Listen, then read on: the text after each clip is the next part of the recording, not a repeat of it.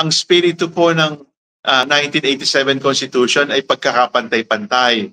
Dahil po sa political dynasty, meron silang access sa mga pondo ng bayan at yung access nila sa pondo ng bayan, ginagamit nila para sa mga susunod na anak, na kapatid, na pinsan, para i-perpetuate, ipagpatuloy yung kanilang kapit sa kapangyarihan ng politika.